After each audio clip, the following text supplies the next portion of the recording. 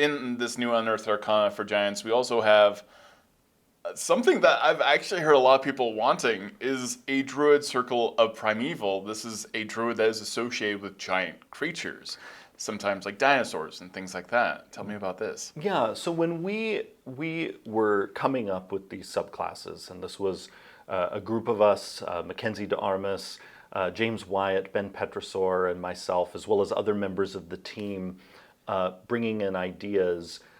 One of the things we really wanted to see was the Druid with a dinosaur pal, and that's really what this is about. Although, as you say, you can have a pal that's also just a giant animal of some kind.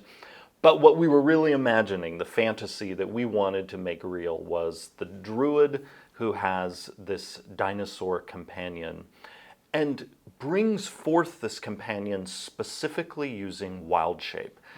A mechanical trope that we've enjoyed experimenting with for the Druid for a while now is coming up with new ways to use wild shape. We did this in Tasha's Cauldron of Everything with Druid options there. We're doing it again here because wild shape is a vital resource for Druids. It's a big part of their identity, yet there are many Druids who don't want to be shape-changing all the time. Right. And some people also come to the Druid class where the fantasy they have for their character is not that they're shape-shifting into various animals, but that they are a nature magician, or they are a priest of a faith tied to the earth or the ancient forces of nature. And it's less about, oh, I'm now a bear, or now I'm a squirrel. And so to give more options for people who are drawn to the Druid as a broad character type, we like to give other ways for some of the subclasses to use wild shape. So here we are in this subclass giving you the ability to use wild shape to, rather than turning into another creature, instead call forth your primeval companion. Right.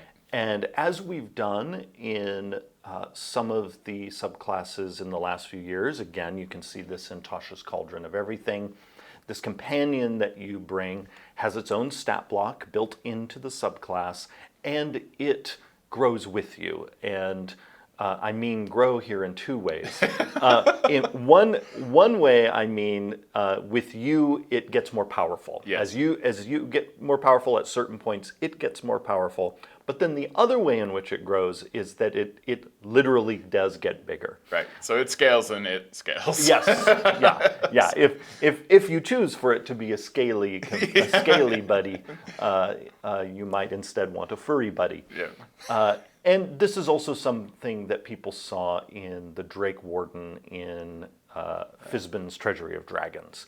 Again, having this beast companion that gets better, that has also a few customization options. You know, at higher levels you can decide, has my buddy now gained the ability to swim really fast or to scramble up cliffs super quickly?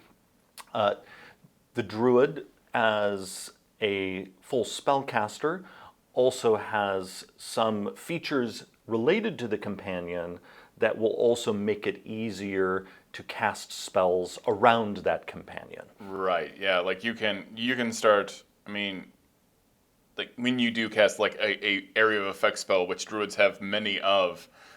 Your pet has some advantages with dealing with that potential. It's not like a full spell sculpt, but it has less chance of basically taking damage from the situation. Exactly, because we want to make sure that when the Druid is, doing some large natural effect that, whoops, I blew up my dinosaur. Yeah, you don't want to tidal wave your Velociraptor out of existence. So that's always that always can be a bit of an issue. You can also like cast some of your spells through this particular creature as well. A bit like a familiar, yes. Yeah. Only much bigger. Yes. Yeah. Just a chunky familiar running around the battlefield. Yeah. And then like you say, there's a whole bunch more options that happens. And this I see this more and more in subclasses. You have like 1 to 3 options I mean, usually around 3 options of things that you can do extra, like make them a little bit tougher, make them move a little bit faster, that kind of stuff. Yes. So Yeah. if that's your dinosaur pet fantasy subclass, well, that's basically what this feels like. Absolutely. And again, that's really where it started for us.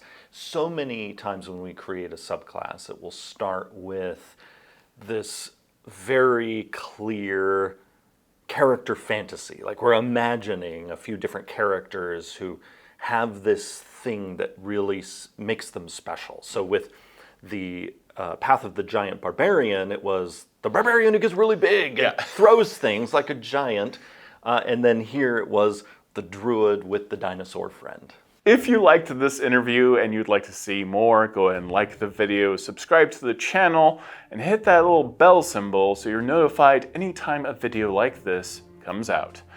Thank you so much for watching.